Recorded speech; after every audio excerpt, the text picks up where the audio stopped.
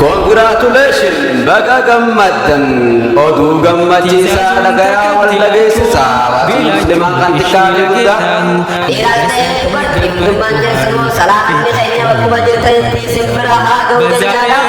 Assalaamu alaikum wa rahmatullahi wa barakatuhu. Eeyyeetu congratulations jechaadha sagantaa eebba markaza Fajrul Islaam sagantaa ajaa'ibaa qaballee isiniif dhufnee jirra. Eeyyen markazni Fajrul Islaam kan ustaaza keenya kabajamaa fi jaalatamaa hogganamu yookaan maqaan isaa Faarisiin durfamu yeroo dheeraadhaaf maqaan isaa immoo jaamurratti barsiisaa turuun isaa ni yaadatama. Eeyyen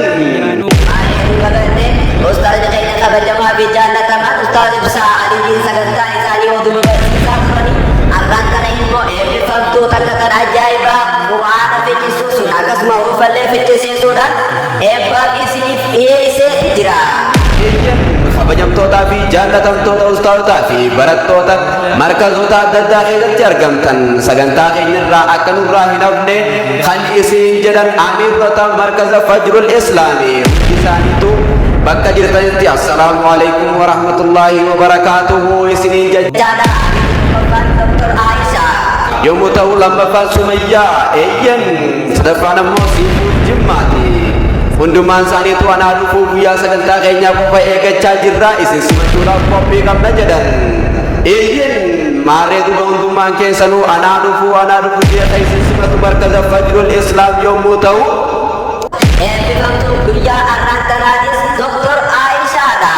Eeyyen maarree guyyaan sagantaa isaanii akka lakkoofsa Awurooppaatti Jeenuwaarii 19 baatiin takka bara 2018 yommuu ta'u akka lakkoofsa Shaabanatti yookaan akka lakkoofsa Hijiraatti guyyaa Shaabana takka hundi keessanuu akka nurraa hin hafne waamicha kabaja affeeramtanii jirtu. Eeyyen maarree guyyaan sagantaa yookiin sa'aatiin sagantaa guyyaa walda ollee jechuudha galgala. Eeyyen sa'aatiin sagantaa zaatii 2:30 biyya teenyaa yommuu ta'u zaatii biyya Saawudi Arabiyaa zaatii 8:30 zaatii biyya Dubaay 9:30 hin hafnuutii hin hafina hundumaan keessatti walgaan keenya markaza Fajrul Islaam irraa. Assalamu alaikum wa rahmatullahi wa barakatuh. ትልቅ ቦታ ትእዛዙን ተከትላችሁ ለጌታ መደሰት ይገባችኋል ፊታችሁን ይዞ ፈገግታ